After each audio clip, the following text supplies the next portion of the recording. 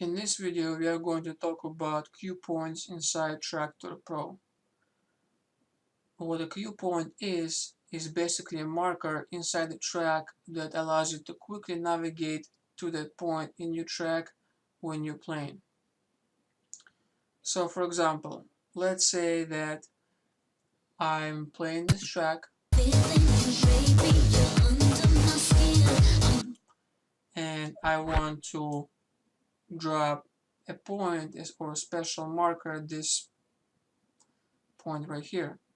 So all I do is click the cue button and this will automatically mark this beat as the cue point.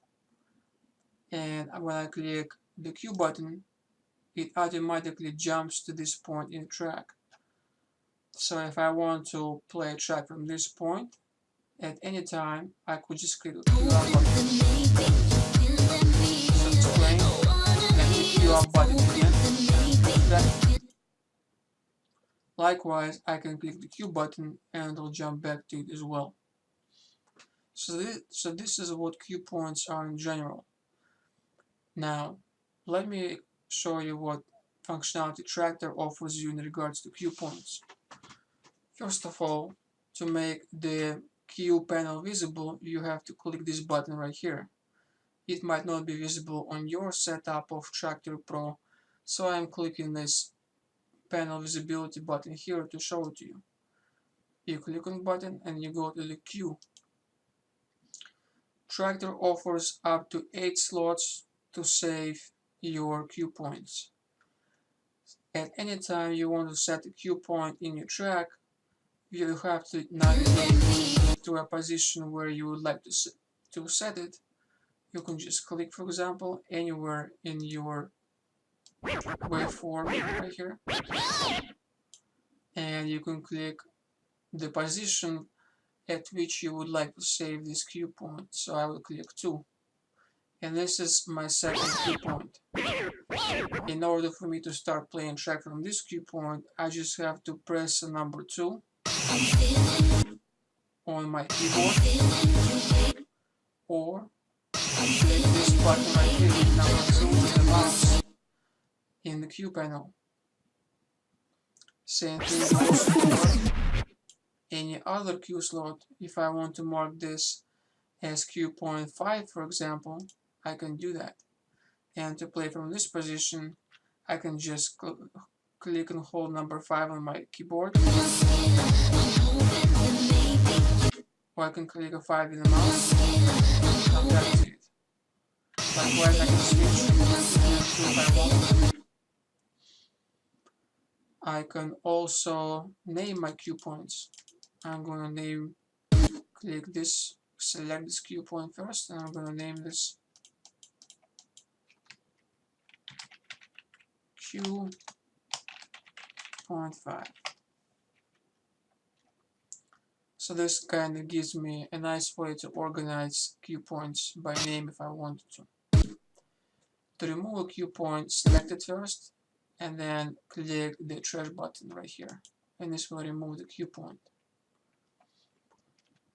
And same for this one. Traktor also allows you to have a few different kinds of cue points or markers, however you want to call them, in your track. First of all, let's go back to the starting of the track, which is number 1. Let's say that I would like to play I would like to mark the next 4 beats as a cue point. So what I would do is I would select the loop, which has 4 beats. I would position my red line inside this loop, and I will click number 2. So now this loop is saved as my cue point number 2. So if I hit number 2 on my keyboard, this will continuously play this loop. So this is a nice way to mark loops in your track via cue points. Now there are other cue points that Traktor has, and you can view them by clicking on this drop down here. The loop point I just showed you, the grid point is basically any kind of cue point which was shown before as well. There is also a load cue point right here. So what this does is anytime you load this track in the deck, it's gonna jump up to this load marker right here. So if I wanted to go, let me just demo this to you. If I wanted to load this track here, this is going to be at the beginning. But if I want to go back to this track, it automatically loads up to the load marker. And this load marker is saved in the slot number 2 for the cue point. Now there is also something called the fade in and fade out markers. So let's say that I want to have a fade in marker. Actually, I'm going to remove this first. Let me trash it. Let's say that I want to have place a fade in marker right here. Slot number 2. Select it first, and then click on the fade in. This will be marked as a fade in, and then if I go to here, for example, this can be marked as a fade out. Number 2 is a fade in. So here we're going to mark it now. So this can be used as a way to start the track and as a way to exit out of the track when you are in auto mode. So when deck A is starting to approach this marker here, deck B would automatically start playing when your auto mode is selected right here. Now the last thing that I want to show in regards to cue points is the snap feature. So actually I'm gonna remove these points first, even though I don't have to. But I'm gonna do it anyways, so it's for clarity. I'm gonna go back to the beginning of track, and let's say that I am playing a track and I would want to put a cue point right here, but I realize that it is in between the 2 beats. But ideally I would like to stick it to any one of those 2 beats, whichever is closest.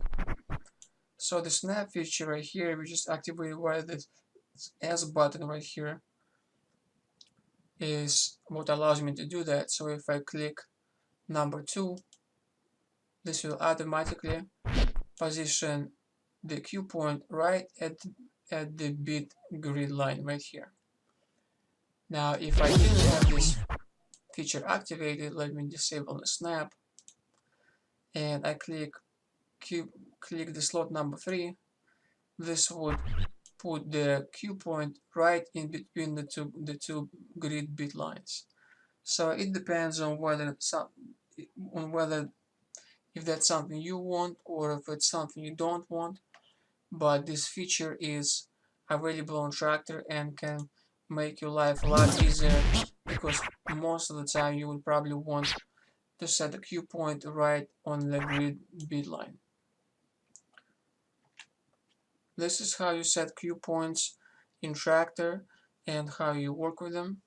You saw how to set them, how to remove them, the different fade in, fade out, load, grid and loop cue points and what they can do, and how to enable and disable this panel right here. And this is it for this video.